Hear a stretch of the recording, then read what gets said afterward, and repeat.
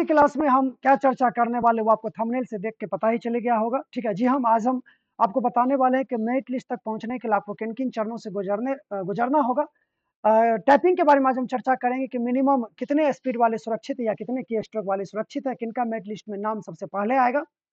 इन सभी की चीज़ों के बारे में आज हम चर्चा करने वाले हैं। वीडियो के लास्ट तक बने रहिएगा, क्योंकि हम आपको ये भी बताएंगे कि रिजल्ट आने का अनुमानित डेट क्या हो सकता है। मैं हूं केके सर ट्यूटोरियल में आप सबका स्वागत है। जैसे कि आपके सामने वेबसाइट खुला हुआ है, तो वेबसाइट पर आज किसी प्रकार की कोई अपडेट नहीं है अभी तक। ठीक है, साथ ही हम आपको ये बता दें कि इससे पहले कि हम मुख्य चर्चा को शुरू करें, तो ये जो चर्चा है वो हम अपने अनुभव के आधार पर आपको बता रहे हैं। हो सकता है कि इन चीज़ों में जब फाइनल रिजल्ट आएगा तो कुछ आपको बदलाव देखने को मिलेगा। हम आकर्षित के लिए वीडियो नहीं बनाए कि हम आपको गलत सलत बता दें कि ये सिंगल टाइपिंग वाले का सिलेक्शन होगा या ये वाले का सिलेक्शन होगा। जो वास्तविकता है उन्हीं चीज़ों को हम बताने का प्रयास कर सकते हैं, लेकिन हाँ, ये वास्तविकता तब होगा जब बेल्ट्रॉन वाले डिसाइड करेंगे। ठीक है ना, डिसीजन होगा अंतिम वो बेल्ट्रॉन वाले का ही होगा। हमारा जो है वो अनुमान काम करता है। ठीक है ना, हम नहीं निर्णय लेने वाले होते कि किनका सिलेक्शन होगा किनका नहीं होगा। इसीलिए वीडियो को लास्ट तक देखिएगा। ठीक है ना, पूरा वीडियो को देखिएगा, स्किप मत कीजिएगा। लास्ट में एक अच्छा सा कमेंट दीजिएगा कि जो हम आज जानकारी आपको बताए हैं या जो आप जानकारी आपको समझ में आया, ठीक है ना, वो अच्छा था या नहीं था, ऐसा वाकई होगा या नहीं होगा, एक बार कमेंट में जरूर बताइएगा। चलिए, आज का जो मेन मुद्दा है उन चीजों को हम एक स्लाइड के माध्यम से समझने का प्रयास करते हैं। तो चलिए हम स्लाइड को शुरू करते हैं। ऊपर में कुछ आपको क्राइटेरिया दिया हुआ है कि क्या मार्क चाहिए और टाइपिंग के कितने मार्क्स चाहिए हिंदी इंग्लिश में, वो आपको दिया हुआ है। इसको भी हम स्लाइड के माध्यम से समझते हैं। तो सबसे पहला हमारा है कि बेल्ट्रॉन में चयन के प्रोसेस, कि बेल्ट्रॉन में चयन आपका कैसे होगा, कैसे आपका सिलेक्शन होगा, तो उसका प्रोसेस क्या है। तो सबसे पहला प्रोसेस है, प्रथम चरण जो है वो है आपका क्या, सीबीटी, कंप्यूटर बेस्ड टेस्ट, जो आपका 60 मार्क का होता, उसको आपको पास करना होगा प्रथम चरण में। अब इसके लिए कुछ मार्किंग पॉलिसी भी है। क्या मार्किंग पॉलिसी, वो देखिए।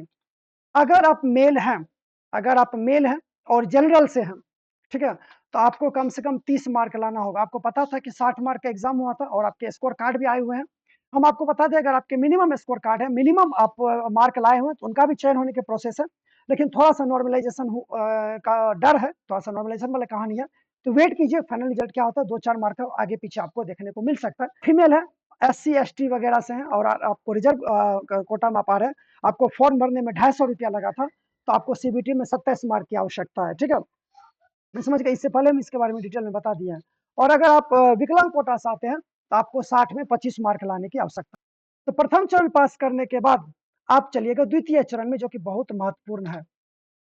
तो द्वितीय चरण क्या है वो देखिए। द्वितीय चरण में आ जाता है भैया कहानी टाइपिंग की, समझ गए ना, जिसमें आपको पता है कि कौन कौन से टाइपिंग लिया गया था। इंग्लिश लिया गया था, हिंदी लिया गया था, और बोथ बोथ मतलब क्या होगा, किसी किसी विद्यार्थी ने इंग्लिश का सिर्फ टाइपिंग दिया होगा, किसी ने सिर्फ हिंदी का दिया होगा, और बहुत सारे छात्र ऐसे भी होंगे जो हिंदी का भी दिए होंगे और इंग्लिश का भी टाइपिंग एग्जाम दिए होंगे।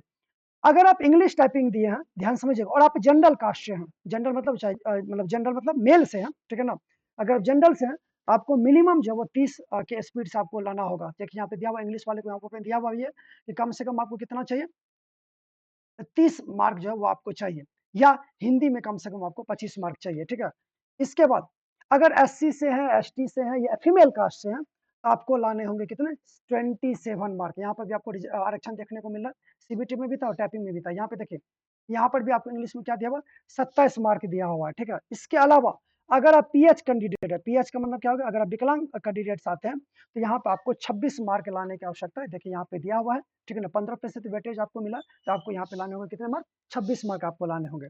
अगर आप हिंदी का बात करते हो और जनरल से हैं, तो आपको लाने होंगे कम से कम 25 का स्पीड आपको यहाँ पे करना होगा क्वालिफाई करने के लिए। ठीक है ना, इसके बाद अगर आप SC ST और फीमेल्स हैं, तो आपको यहाँ पे चाहिए 23, और अगर आप PS है तो यहाँ पे आपको चाहिए कितना, 21। ठीक है, और अगर आप इंग्लिश और हिंदी बोथ का दिए हो, तो यहाँ पे आपको कोई आरक्षण नहीं मिलेगा। अगर आप जनरल से हैं तो आपको 30-25 का स्पीड चाहिए, मतलब इंग्लिश में आपको चाहिए 30, हिंदी में चाहिए 25।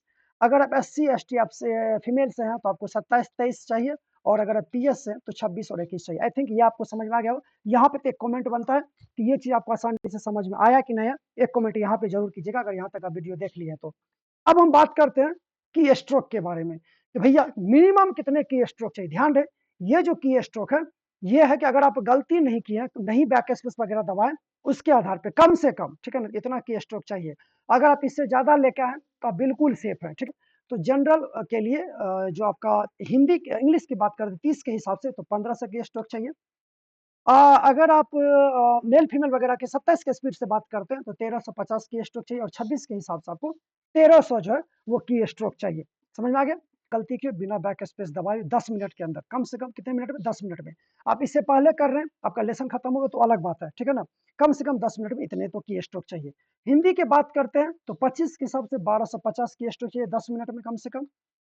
और एससी एसटी की बात करते हैं, मतलब 23 के स्पीड से बात करते हैं तो 1150 चाहिए की स्ट्रोक 10 मिनट में कम से कम।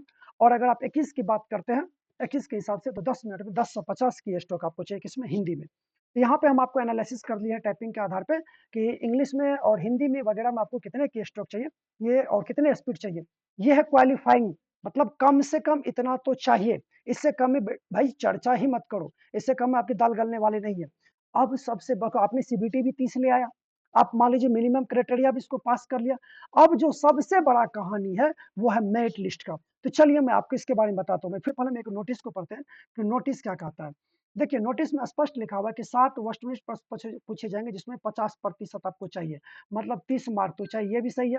उसके बाद कह रहा है कि हिंदी एवं, यहाँ पे एक वर्ड यूज हुआ एवं, अंग्रेजी दोनों में टाइपिंग की दक्षता का परीक्षा कंप्यूटर पे ली जाएगी। यहाँ पे यह भी दिया कि प्रत्येक में आपका जो है उचित अंतराल होगा। साथ में यहाँ पे ये दिया गया है कि टाइपिंग में न्यूनतम इंग्लिश में आपका 30 वर्ड पर मिनट करेक्ट होनी चाहिए, या यहाँ पे दिया हुआ है, ठीक है ना? हिंदी में न्यूनतम 25 वर्ड यहाँ पे होना चाहिए। बहुत अच्छी बात है भैया, या दिया हुआ है। तो या का मतलब तो ये तो क्लियर हो गया, या तो इंग्लिश में आपको 30 होना चाहिए, या हिंदी में आपको 25, इंग्लिश में आपको 30 होना चाहिए, या हिंदी में कितना होना चाहिए? 25। 19 में क्या था, क्या 19 में क्या था और 2024 में क्या फर्क है, इसको थोड़ा डिटेल से समझिएगा। देखिए मेरिट लिस्ट का आधार क्या होगा उसको समझते हैं।